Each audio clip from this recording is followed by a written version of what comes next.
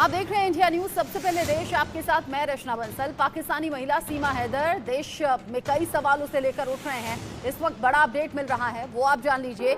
जिस बस से सीमा हैदर नेपाल से हिंदुस्तान आई थी, उस बस के ड्राइवर और कंडक्टर से यूपी एटीएस की टीम ने पूछताछ की है।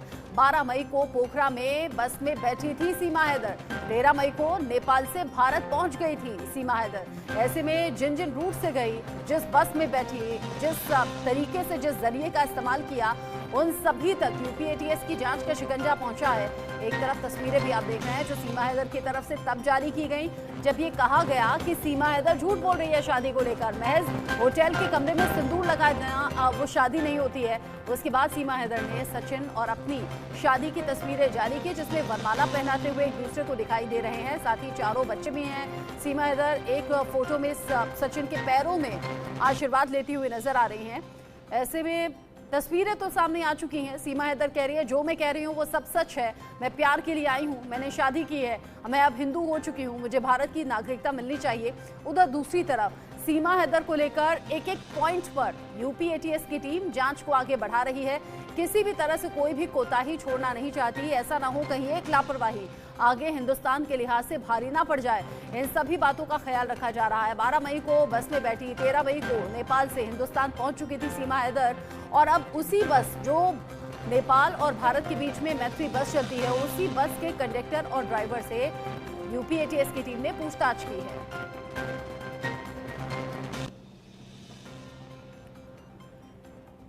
पहले सीमा हैदर और सचिन, फिर सचिन के पिता। घंटों पूछताछ का सिलसिला पहले यहां पर चला और उसके बाद अब उस जगह पर यूपी एटीएस की टीम पहुंच रही है जहां सीमा हैदर ने जानकारी दी थी किस होटल में रुके थे, कौन सी बस ली थी, कौन सा वो रास्ता था, किससे मिले थे, किसने मदद की थी। जानकारी ये भी कि सचिन ने ही सीमा हैदर के पाकिस्तान से भारत आने की प्लानिंग की थी। सीमा हैदर के भारत आने से जुड़ा एक और बड़ा अपडेट आप जान लीजिए। भारत नेपाल मैत्री बस से भारत आई थी सीमा हैदर और सीमा ने भारतीय आईडी कार्ड दिखाया था। जो पहचान पत्र होती है वो दिखानी होती है। ऐसे में आप कौन से देश से ताल्लुक रखते हैं ये जरूरी होता है। ऐसे में सीमा हैदर ने खुद के भारतीय होने का सबूत दिखाया। भारतीय आईडी कार्ड उसके पास पहुंचा कहां से, यूपी एटीएस की टीम ये भी पता करेगी क्या ये भी सचिन ने उसे मुहैया कराया था या फिर ये सीमा हैदर ने खुद से बनवाया था। तमाम सवाल हैं जिनके जवाब अभी ढूंढे जा रहे हैं। जांच का शिकंजा पहले सीमा हैदर, सचिन के पिता तक पहुंचा और अब उस बस के ड्राइवर कंडक्टर से भी पूछताछ हुई है। भारत नेपाल मैत्री बस से ही सीमा हैदर नेपाल से यहां हिंदुस्तान पहुंची थी। साथ ही साथ जानकारी मिल रही है जब उसे पहचान पत्र दिखाने के लिए बोला गया तो उसने भारतीय आईडी कार्ड दिखाया था जिसमें खुद के भारतीय होने की बात कही गई थी। और कोई डॉक्यूमेंट की जरूरत होती नहीं है। जब आप मैत्री बस से सफर करते हैं तो आपको ये दिखाना होता है कि आप कौन से देश से ताल्लुक रखते हैं, नेपाल से या फिर भारत से या फिर कहीं और से। ऐसे में भारतीय आईडी कार्ड दिखाया, खुद को सचिन की बीवी बताया। जब एड्रेस पूछा गया तो रबूपुरा गांव जहां सचिन रहता है उस एड्रेस को बता दिया गया, जिसके बाद सीमा को उसके बच्चों के साथ आगे जाने दिया गया और यहीं से राह आसान हो गई। ग्रेटर नोएडा के रबूपुरा गांव में आकर सीमा हैदर रहने लगी। सीमा हैदर से लगातार सवाल हुए, फिर मीडिया के सवालों का जवाब दिया। घंटों एग्जॉस्ट होने के बाद डिहाइड्रेशन का शिकार हो गई सीमा हैदर। कल से तबीयत ठीक नहीं है, ग्लूकोज की बोतल चढ़ रही थी। साथ ही साथ डॉक्टर्स इलाज कर रहे थे। हालांकि डॉक्टर्स घर पर ही देखरेख कर रहे थे, अस्पताल नहीं ले जाया गया था। सीमा हैदर की तबीयत में सुधार है लेकिन अभी सीमा हैदर मीडिया के सवालों का जवाब नहीं दे रही है। सचिन से आज भी पूछताछ कुछ हुई है यूपी एटीएस की टीम की तरफ से, ऐसी भी जानकारी मिल रही है क्योंकि सीमा हैदर की तबीयत ठीक नहीं है, इसीलिए अभी यूपी एटीएस की टीम सीमा से कोई पूछताछ नहीं कर रही है। सीमा हैदर के भारत आने से जुड़ा एक और बड़ा अपडेट जिसमें भारत नेपाल मैत्री बस में सीमा हैदर आई और सीमा हैदर आई तो उसने भारतीय आईडी कार्ड दिखाया और उसी कार्ड के दिखाने के बाद उसे भारत आने दिया गया। ग्रेटर नोएडा के रबूपुरा गांव से जावेद हुसैन हमारे साथ जुड़े हुए हैं। जावेद हुसैन जो कि सुबह से ही रबूपुरा गांव में मौजूद हैं। जावेद, क्या सीमा हैदर घर से बाहर निकली है या फिर क्या घर के अंदर मीडिया वालों को जाने दिया जा रहा है? कोई बातचीत हुई आपकी?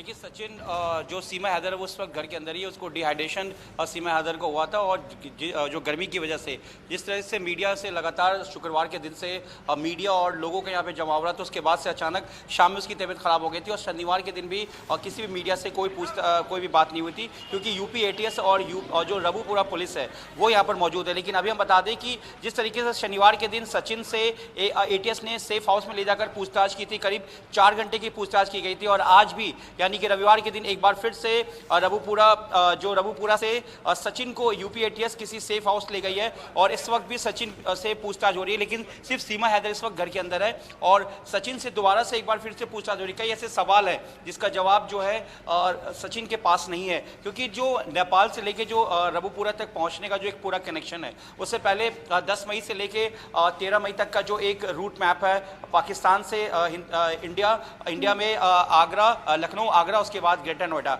उससे पहले 10 मार्च 2023 से लेकर 17 मार्च 2023, ये तमाम ऐसे सीक्वेंस के बीच के कुछ ऐसे सवाल हैं जिसका कुछ जवाब जो है सीमा हैदर और सचिन के पास नहीं है। नेत्रपाल से भी पूछताछ की गई थी जो कि सचिन के पिता है, क्योंकि हम आपको बता दें कि इंडिया न्यूज़ ने आपको पहले भी ये बताया था कि जो गांव वालों जो हैं कुछ जो जानकारी मिली थी कि सचिन जो है वो 10 मार्च 2023 से लेकर 17 मार्च 2023 तक जब यहाँ से गांव से माता का दर्शन और पशुपतिनाथ का जो दर्शन को लेकर जब वो यहाँ से निकला था तो उसमें उसने यही बताया था कि वो जा रहा दर्शन के लिए। किसी को ये नहीं पता था कि सचिन जो है नेपाल जा रहा है, लेकिन जिस जगह वो काम करता है वहाँ और आसपास के लोगों को ये पता चला कि सचिन जो है पशुपतिनाथ मंदिर गया है। लेकिन ये सब सारी बातें तब खुली जब सीमा हैदर यहाँ यानी कि रबूपुरा जिस वक्त हम इंडिया न्यूज़ जिस वक्त इस गांव में है और ठीक मेरे पीछे सचिन मीना का वो घर है। हालांकि इस वक्त सीमा हैदर अंदर ही हैं, जो महिला पुलिस हैं साथ में यूपी जो एटीएस है उनकी एक टीम इस वक्त अंदर ही है क्योंकि सिक्योरिटी पर्पज़ को लेकर। और देख सकते हैं कि जो बाहर भी मेरे पीछे जो खड़े हुए दिख रहे हैं ये सब यूपी एटीएस से ही है और सुरक्षा इसलिए दी जा रही है कि रविवार का दिन है, जैसे आमतौर पर सीमा हैदर के आने के बाद से लगातार लोगों की भीड़ बढ़ गई है, लोग सीमा हैदर से मिलना चाहते हैं जिसको लेकर पुलिस ऑब्जेक्शन है क्योंकि हर आदमी पुलिस का कहना है कि वो सीमा हैदर से नहीं मिल सकता। यहाँ तक कि आज सीमा हैदर के सचिन के जो रिश्तेदार हैं वो भी यहाँ पर पहुंचे थे काफी संख्या में जो रविवार की होने की वजह से, लेकिन पुलिस ने सबको मना कर दिया। सबसे बड़ी बात यह कि जिस तरीके से जो इन्वेस्टिगेशन है यूपी एटीएस का वो जिस तरीके से जो तमाम कुछ पॉइंट्स को लेकर सीमा हैदर और नेत्रपाल और सचिन के बीच अभी भी रुका हुआ है उस इन्वेस्टिगेशन के पॉइंट को यूपी एटीएस घंटों पूछताछ यूपी एटीएस की टीम ने सीमा हैदर, सचिन और सचिन के पिता से की है। माना ही जा रहा था कि शायद जांच पूरी हो गई है, अब इनसे आगे पूछताछ नहीं होगी। आप बता रहे हैं कि सीमा हैदर घर पर है लेकिन सचिन को फिर से सेफ हाउस ले जाया गया है, उससे अभी पूछताछ चल रही है, इसको भी घंटों बीत चुके हैं। क्या भी समझा जाए कि सीमा हैदर से भी दोबारा राउंड में पूछताछ हो सकती है? आज तबीयत ठीक नहीं है इसलिए आज पूछताछ नहीं है।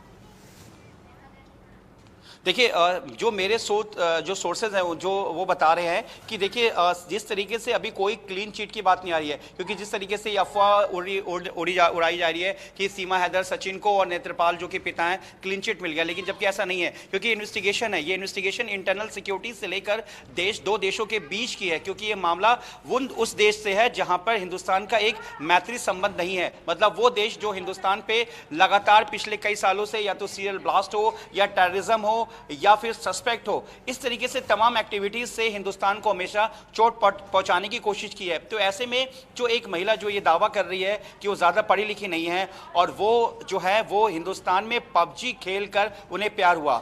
हालांकि शुरुआत में कुछ दिन पहले ही जो यूपी के सीनियर्स ऑफिसर्स हैं उनकी अगर हम बात करें तो सबने ये कहा कि शुरुआत में अभी जो है कोई प्यार एंगल ही निकल के आया, कोई ऐसी इनिशियल चीज नहीं आई है। लेकिन उन्होंने ये भी नहीं कहा कि हाँ हम जांच हमारी पूरी खत्म हो गई है, क्योंकि देखिए समझने वाली बात यह कि ये इंटरनल सिक्योरिटी से लेकर देश के एक जो अपनी जो एक देश का जो एक इंटरनल पावर होता है उसको लेकर भी है। अब ऐसे में सिर्फ एक पबजी को लेकर 2020 में महज कुछ दिनों तक पबजी खेलना, उसके बाद प्यार हो जाना और फिर व्हाट्सएप के जरिए बातचीत, उसके बाद 10 मार्च को पाकिस्तान से शारजा नेपाल आते हुए काठमांडू में रुकना, सचिन का यहां से जाना परिवार को तब तक नहीं पता था। क्योंकि ये हम इसलिए कह रहे हैं क्योंकि हमारी जो ऑफ द रिकॉर्ड जो बात हुई है कुछ लोगों से, गांव के लोगों से, एक से नहीं कई लोगों से बात हुई, सबने ये बताया कि सचिन ने अपने जहां काम करता है उनसे भी ये बोला कि मैं कुछ दिनों के लिए दर्शन के लिए जा रहा हूं। और जब 12 मई को जब जो सीमा हैदर है अपने बच्चों को लेके जो यहाँ पहुंची, जो अपने इंडिया न्यूज के पास एक स्क्रीनशॉट भी है जो पेमेंट का,